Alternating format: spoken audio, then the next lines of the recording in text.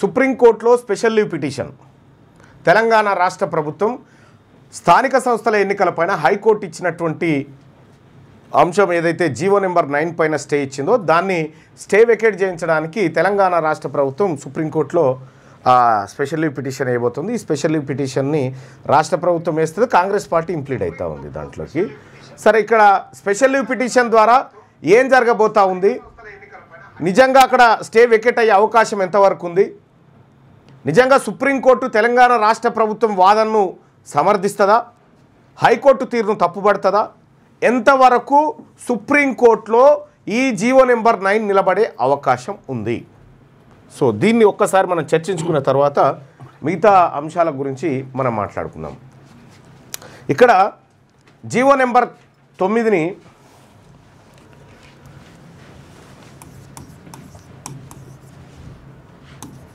High court stay ఇచ్చింది. ఇప్పుడు next option supreme court.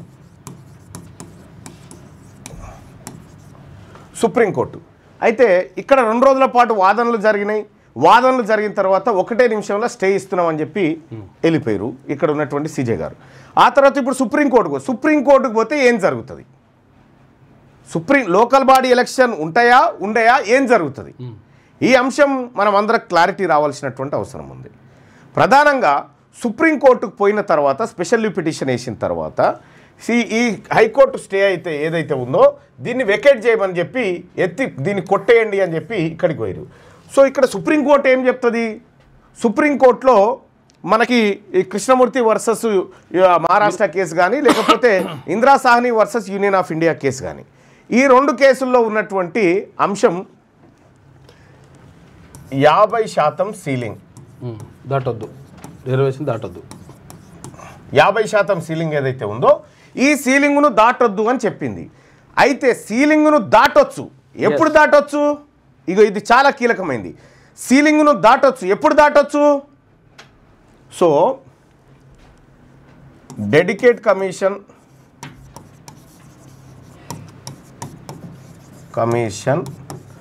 వేసి ఎంపారికల్ డాటా తీసి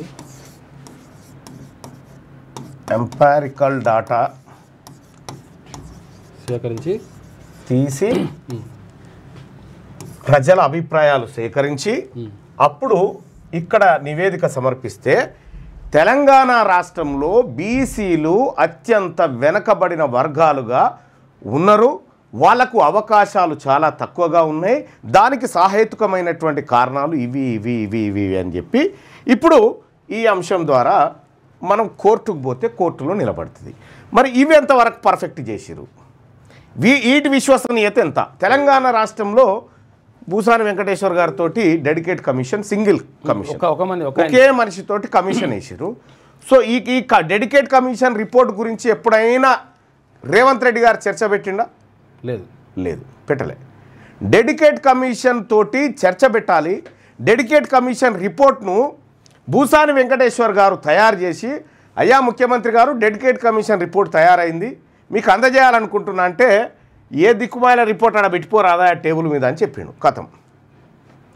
ఇదే సుదర్శన్ రెడ్డి అనేటువంటి మాజీ జస్టిస్ని, రిటైర్డ్ జస్టిస్ ఎవరైతే ఉన్నారో ఆయనతోటి స్వతంత్ర కమిటీ, అది ఎందుకు పనికిరాని కమిటీ, 4 కూటానికి కూడా పనికిరాదు దాని రిపోర్టు, దాని కమిటీ రిపోర్ట్ను ఎంహెచ్ఆర్డీలో పోయి మీడియాను పిలిచి కమిటీ రిపోర్ట్ అందుకున్నాడు.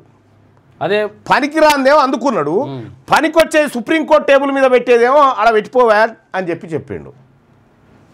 ఇది ఇట్లా బాయన ఎంపారికల్ డాటా అంటే బీసీలు రాజకీయంగా వెనకబడి ఉన్నారని చెప్పడానికి సహేతుకమైనటువంటి కారణాలతో కూడిన డాటా, ఇదంతా కూడా సేకరించి ఇక్కడ పెట్టాలి. అయితే ఈ ఎంపారికల్ డాటా ఇప్పటి వరకు లేదు, అందులో ఏముందో ఎవరికి తెలియదు, దాన్ని పబ్లిక్ డొమైన్లో పెట్టలేదు. మొత్తం ఇదంతా వ్యవహారం జరగాలంటే ఫస్ట్ తెలంగాణ ప్రభుత్వం చేసినటువంటి కులగణన లెక్కలు బయట పెట్టవలసి వస్తుంది. కులగణన లెక్కలు బయట పెట్టాల్సి వస్తుంది, అవి కూడా కులాల వారీగా బయట పెట్టాల్సి వస్తుంది. ఇప్పుడు ఈ కులగణన లెక్కలు బయట పెడితే వాళ్ళు 15% ఉన్నారనేటువంటి డాటా ఉంది కదా, రేవంత్ రెడ్డి చెప్తుంది. తప్పు కదా, అది తప్పు. ఆ దుర్మార్గం బయటపడుతుంది, ఆ లెక్కలు బయటపడతాయి. ప్లస్ బీసీలలో 50 లక్షల మందిని లేకుండా చేసిరు కదా కులగణనలో, వీళ్ళు ఈ తప్పులు బయటపడతాయి. అసలు కథ ఏమో కానీ వీళ్ళు చేసిన దొంగతనం బయటపడుతుంది. ఈ దొంగతనం బయటపడకుండా సుప్రీంకోర్టులో స్టే వేకేట్ అయ్యే పరిస్థితి లేదు. నీకు సుప్రీంకోర్టు ఏమడుతుంది? నువ్వు డెడికేట్ కమిషన్ రిపోర్టు పెట్టినవా, డెడికేట్ కమిషన్ రిపోర్ట్ను సభలో పెట్టినవా, పబ్లిక్ డొమైన్లో పెట్టినవా, ఏ వెబ్సైట్లో ఉంది అనేది చెప్పాలి. ఇక్కడ ఎంపారికల్ డేటా కూడా నీకు ప్రజల ముందు పెట్టాలి. ఈ రెండు ఇప్పటి వరకు పెట్టలేదు. ఇవి సీక్రెట్ డాక్యుమెంట్స్గా ఉన్నటువంటి పరిస్థితుల్లో సుప్రీంకోర్టు ఎట్టి పరిస్థితుల్లో సీక్రెట్ డాక్యుమెంట్కు ఆమోదం తెలపదు అని నా అంచనా.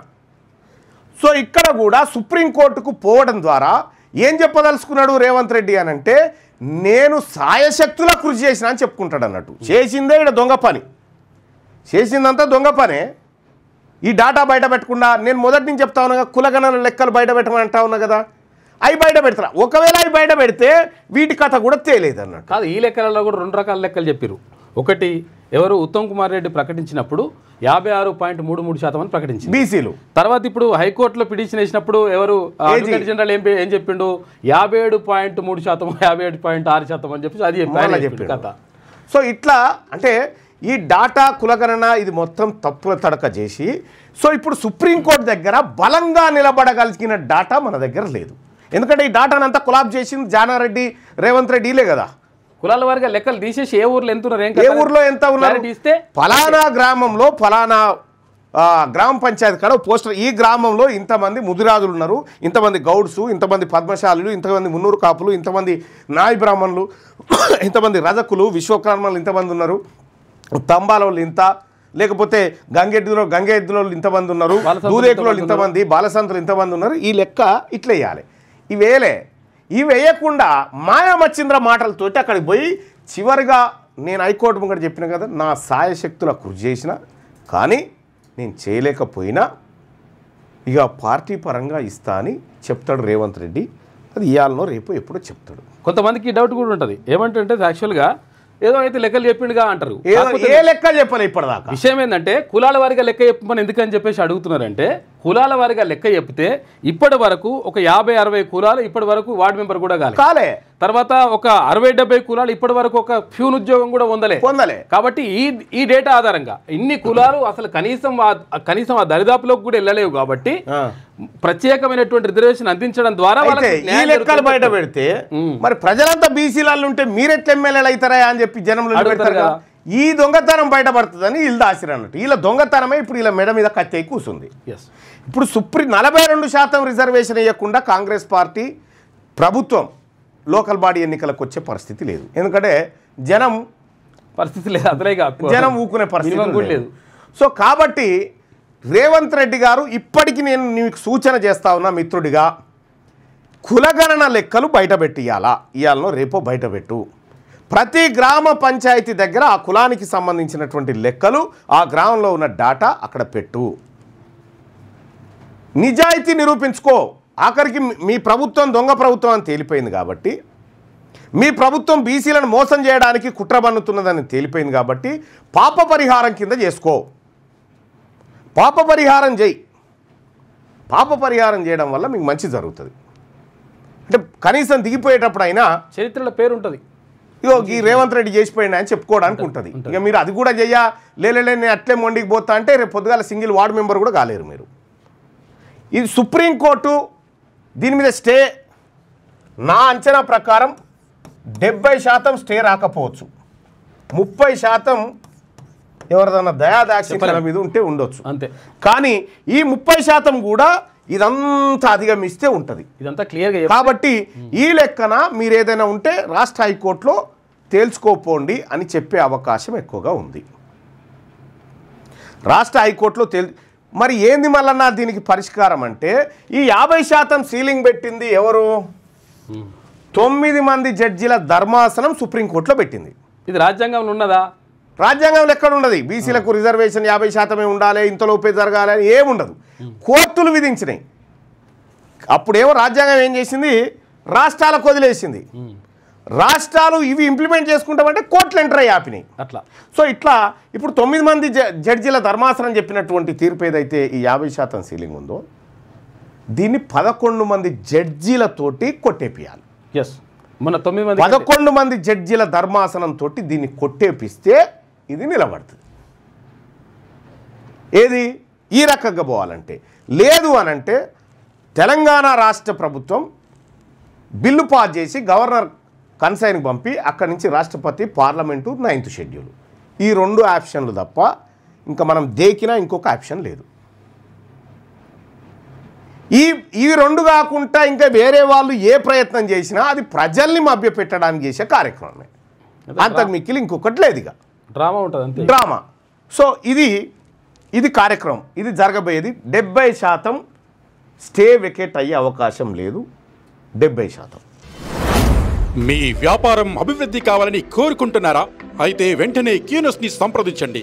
Schools, colleges, banks, shops, office promotions, land promotions, political promotions, restaurant promotions, hospital promotions, పుట్టినరోజు వేడుకలు, శుభకార్యాలు, వ్యాపారాలు ఏవైనా, సందర్భం ఏదైనా ఇప్పుడే క్యూనస్ ద్వారా తెలియజేయండి. మీ వ్యాపారాన్ని అభివృద్ధి చేసుకోండి.